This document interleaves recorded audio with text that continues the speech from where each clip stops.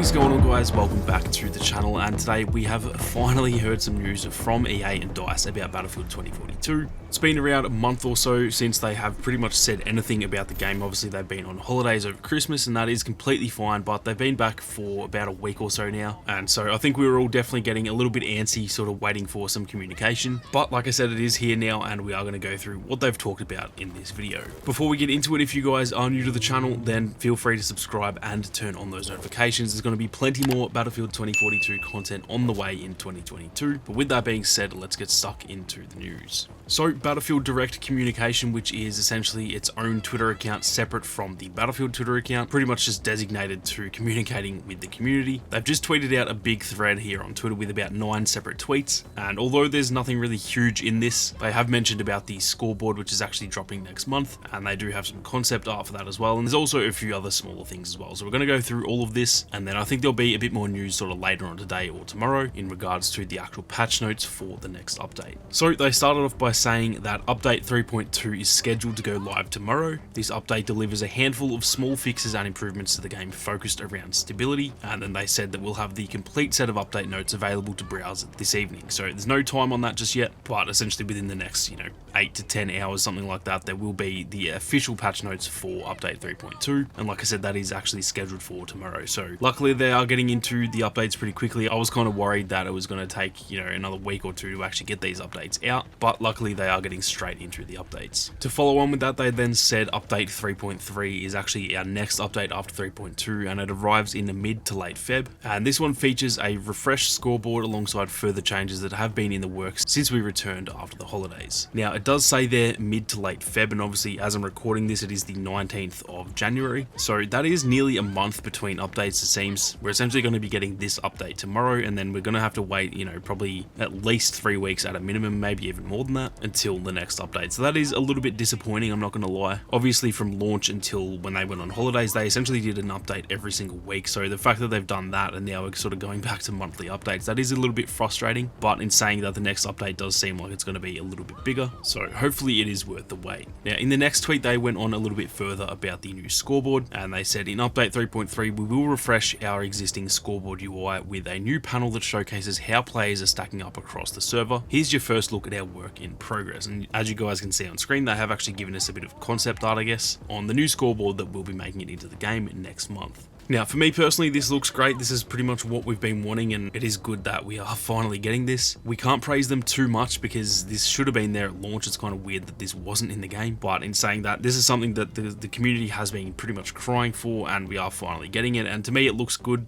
I've seen a lot of people already on Twitter sort of complaining that you can't see your teammates' deaths on there. Obviously, if we could have their deaths as well, I would prefer that, but I'm not going to, have a big tantrum over that. It really doesn't matter to me. I can see my own deaths over there on the left, so all of my stats are visible to me, and then you can see everyone else's kills and assists and stuff. If someone's got 100 kills, they're doing well. It doesn't really matter how many deaths they have. So I know there's going to be a lot of people complaining about that, and like I said, if we could have the deaths on there, I think that would be better, but to me it's hardly worth shitting the bed over. So for me, I'm personally pretty happy with this scoreboard. Now, one thing that I just noticed actually as I'm recording this is that there's actually not like teams split up into 2 sections of the scoreboard. Instead, it is just a list of 128 players, and obviously your team is blue or green if they're in your squad, and then the enemies are highlighted in red. Now, I only just noticed that. It is definitely a little bit of a weird concept, to be honest. At the end of the day, it's definitely not, the end of the world. You can still see everyone on there. It's really not that different than seeing the team split up into 2. Personally, I would definitely prefer if they just went back to what has worked for literally every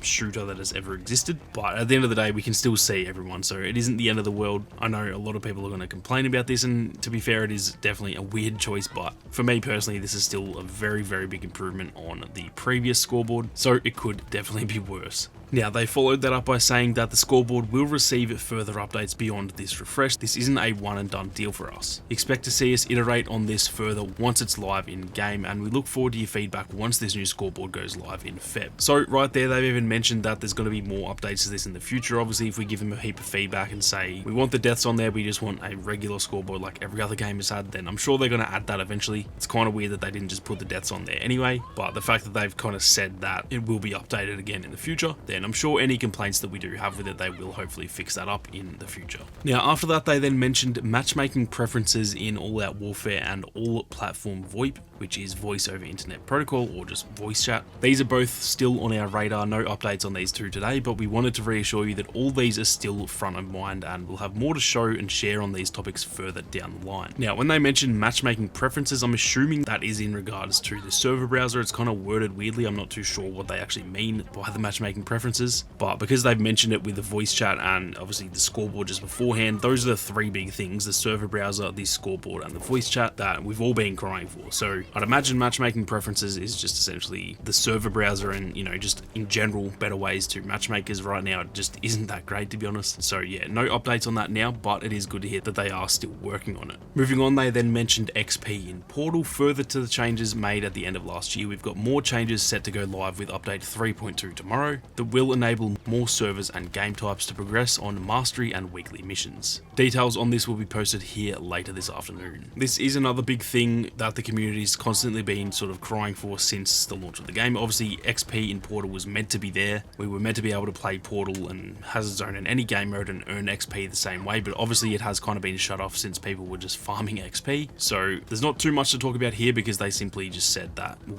we'll hear more details about this later, but those changes are going to be in update 3.2, and so that is definitely another positive. Now, lastly, they mentioned game performance, and they said our teams continue to analyze the data available to us and further develop optimizations that enable the game to make the best use of your hardware. In every update, we'll be delivering changes big and small that aim to tackle the issues and improve your experience. That's kind of just a blanket statement in a way. They didn't really mention any official news there. They've just kind of said that in every update they're going to try and improve the performance a little bit. That is just kind of what I expected. I don't think you can just kind of fix the performance of the game in one single update. So as long as they're just improving it with every single update, then that is definitely a good sign. Hopefully they get it done sooner rather than later, but progress is progress, so I definitely can't complain on that front either. So that is pretty much it for what they mentioned in the first bit of communication for 2022. Like I said, there was nothing enormous there. They've kind of just touched on what they already touched on last year, but I guess the concept art was at least something that they finally showed. As they mentioned, there will be the official patch notes later today, and depending on what time that goes up, I may make another video on that. Just kind of depends when that goes up. But regardless of the fact that there wasn't anything crazy in this sort of blog post or this little Twitter thread, it is just good to finally hear something from EA and DICE in regards to Battlefield 2042. It has been nearly a month since they've mentioned anything, and although I'm actually still really enjoying the game, I've actually been enjoying it more lately than I had been previously. It is, it's starting to get a little bit dry without any communication, and if they had gone another 2 to 3 weeks, I think that would have been really, really bad for the state of the game and the community. So I'm glad they've just mentioned anything at this point, and hopefully from here the communication is a little bit more rapid and a bit more constant. And same goes for the updates as well. Having to wait